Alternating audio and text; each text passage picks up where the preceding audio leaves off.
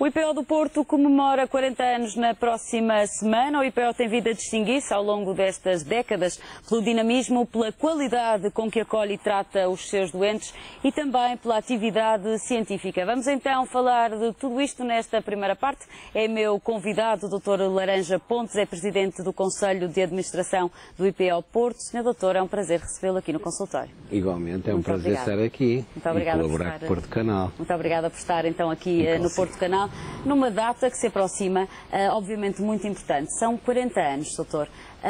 Que balanço é que faz? 40 anos é bastante tempo. Esperemos que os 140 também sejam considerados como uma etapa de sucesso. O balanço que nós fazemos é assim, há 40 anos abriu uma pequena instalação com pouco mais de 5.000 metros, hoje tem uma instituição com muito mais de 50.000 metros.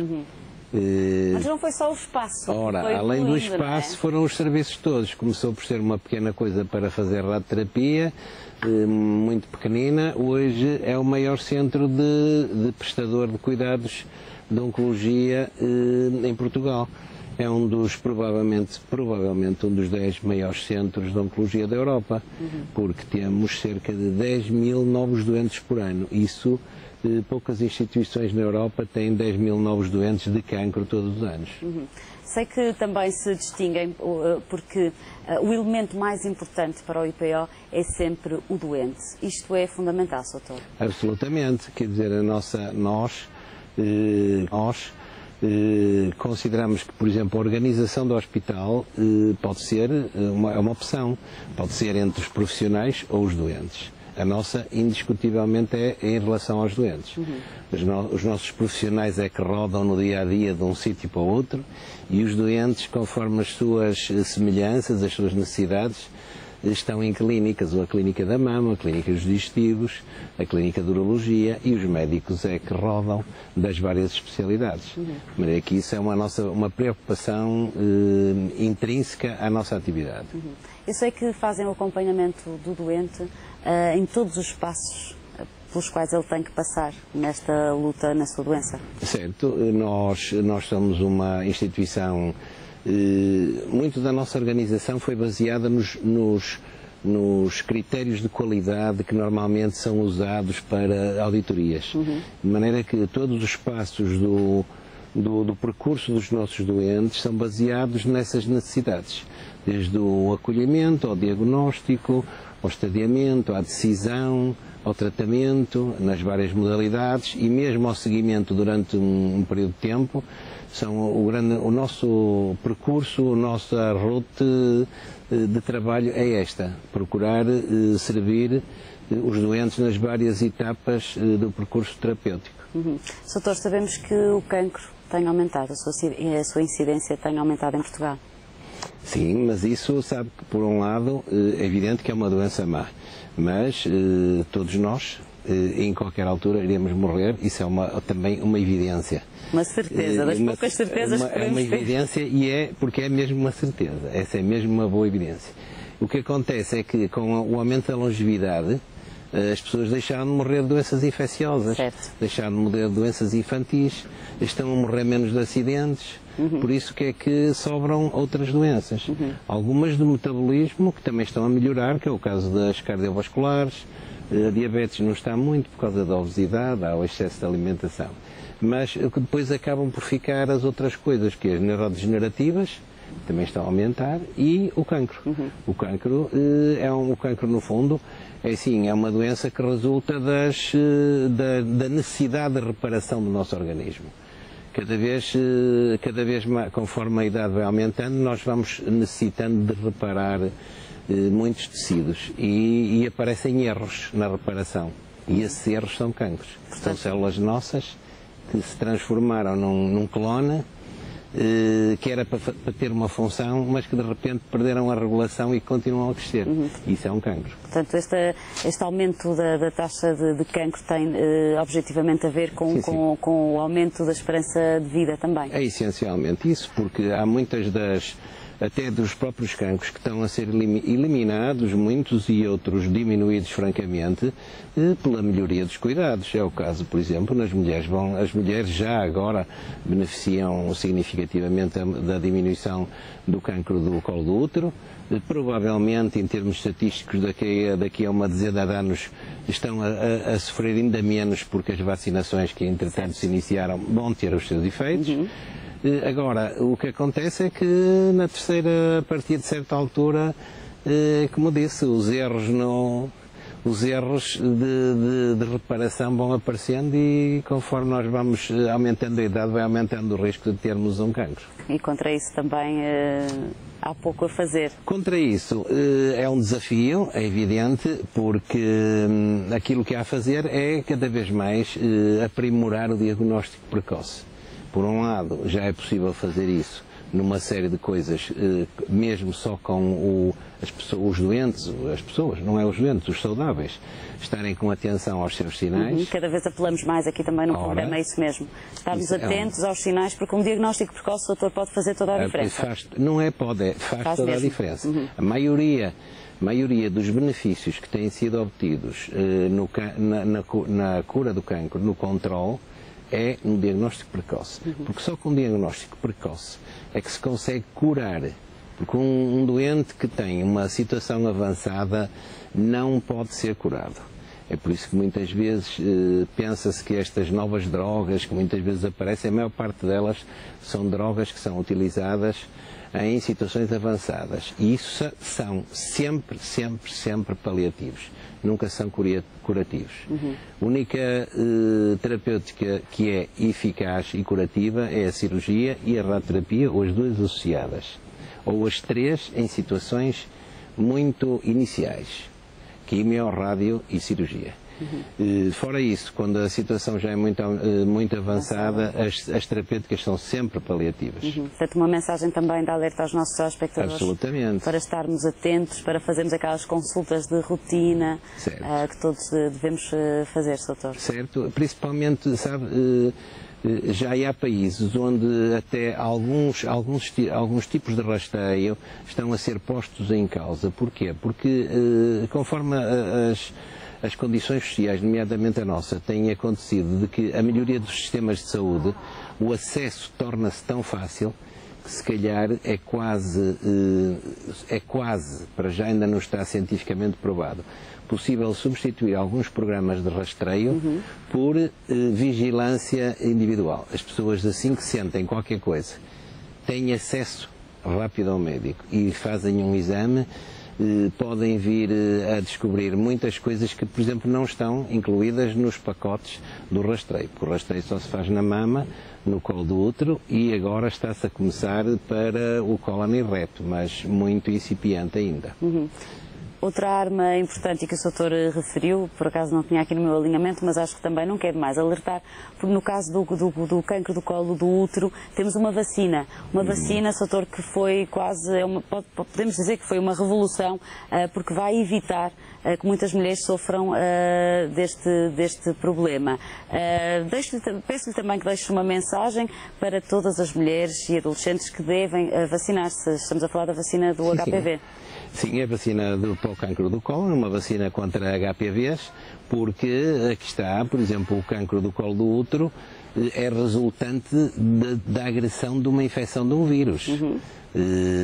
O que acontece é que há um vírus, papilomavírus, que ataca o colo do útero e com as múltiplas reparações que são preciso fazer para tentar suster essa invasão pelo vírus, aparecem lesões de cancro. Esta vacina, o que é que vai fazer? Vai fazer com que o vírus seja eliminado. Por isso, o cancro do colo do útero, nas mulheres que estão vacinadas, ou melhor, a mulher vai estar vacinada, vai ter uma imunologia própria contra o HPV. Vai diminuir, esperemos, não só o cancro do colo do útero, pensa-se que pode acontecer que outros cancros que também são menos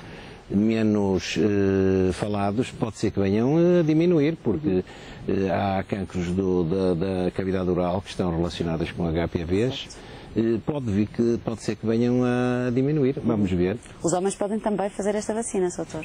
Sim, neste momento não está estatisticamente provado que tenha interesse. Em relação ao colo do útero, indubitável, porque o colo do útero não é um cancro muito frequente.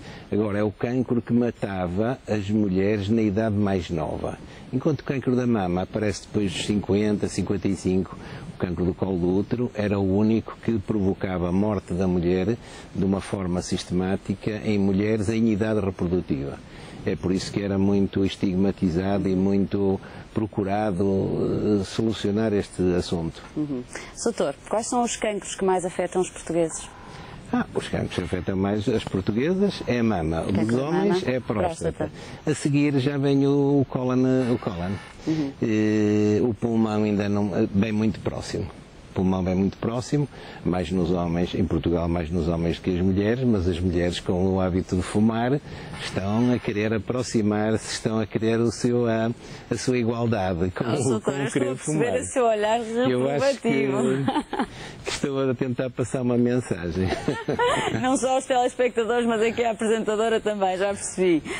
Doutor, de facto, é outra mensagem que nós alertamos muito as pessoas. Devemos manter um estilo de vida saudável, evitar o tabaco, praticar exercício físico.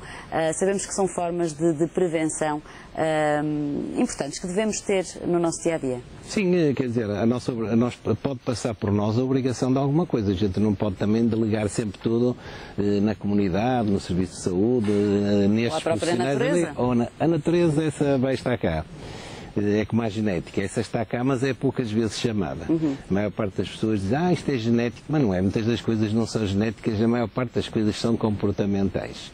E tem a ver com isso. Por exemplo, o fumar, é evidente, está mais que provado que fumar tem um impacto enorme, porque provoca uma agressão nos pulmões, nas vias aéreas superiores enorme. Depois alguns dos metabolitos são absorvidos e vão ter impacto noutros sítios, mas essencialmente no aparelho respiratório, e é por isso que o fumar com o cancro do pulmão está absolutamente provado que existe associação.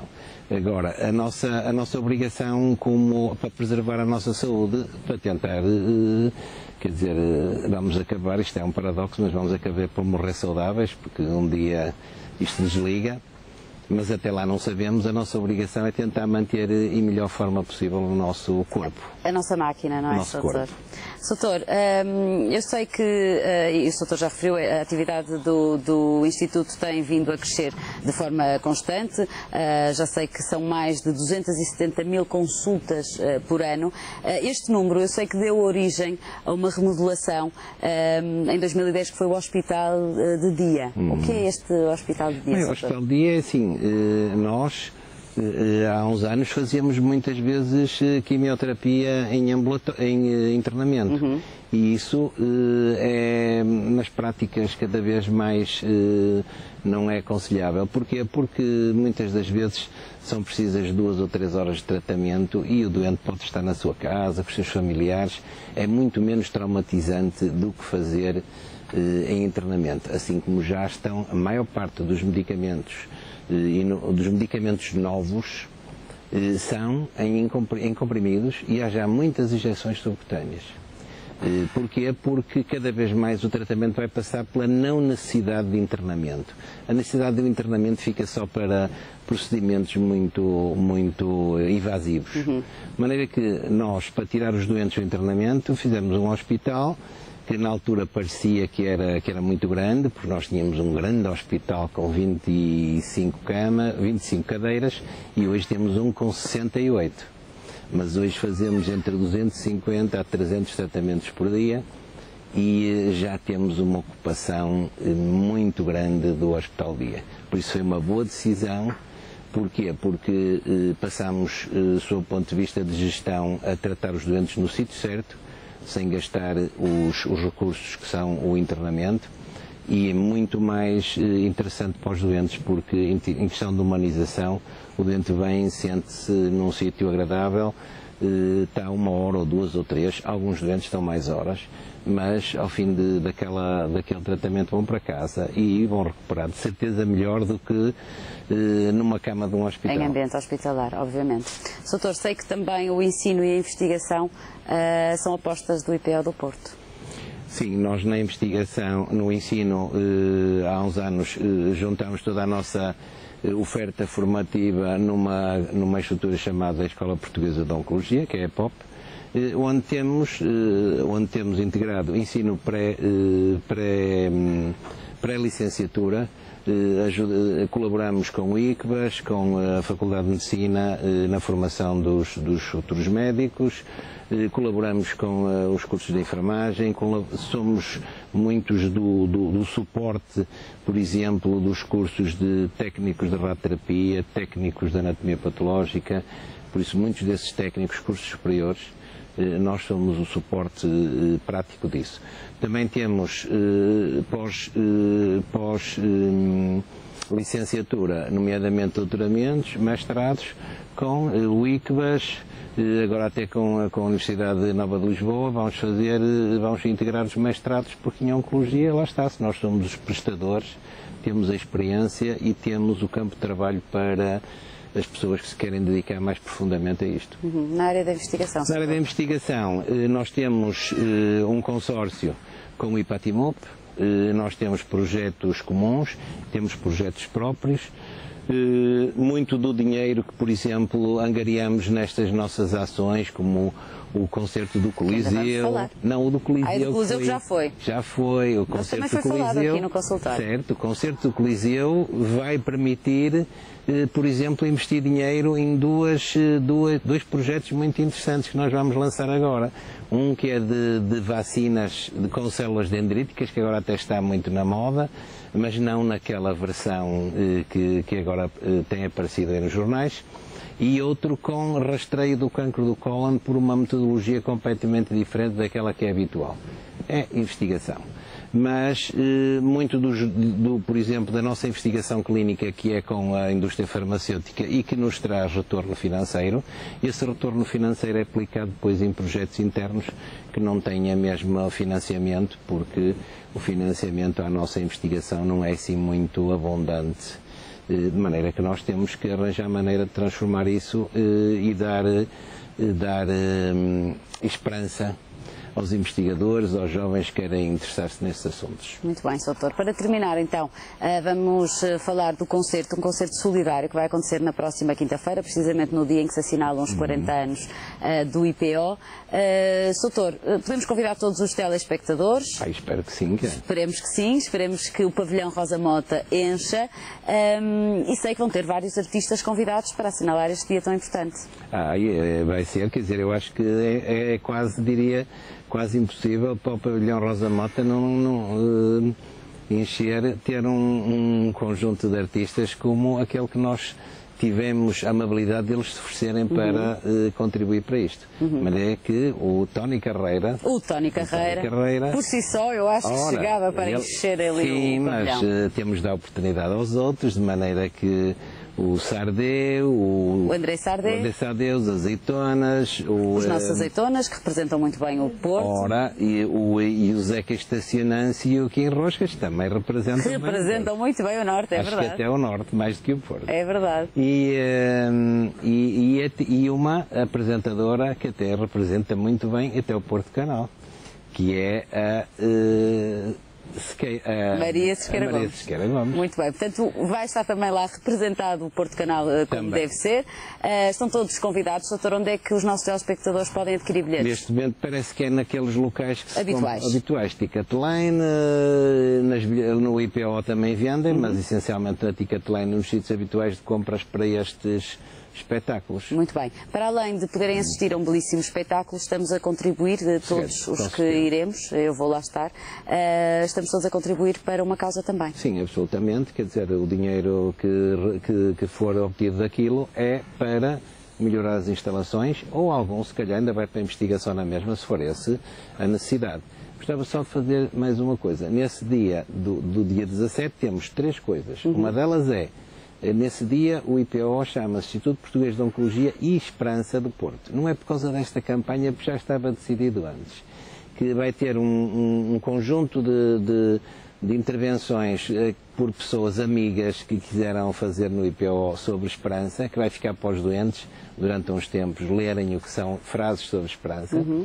e vai ter uma sessão interna para celebrarmos com os atuais e os antigos colaboradores os êxitos que o Instituto tem obtido. Muito bem, Sr. Doutor. Foi um prazer recebê-lo aqui no consultório. Muito obrigada por ter estado connosco nesta primeira parte, então a falarmos dos 40 anos do IPO do Porto, que se assinalam já no próximo dia 17 de abril. Daqui a pouco, após o intervalo, vou receber o Dr. João Espírito Santo. É nessa altura que conto com a sua participação. Até já.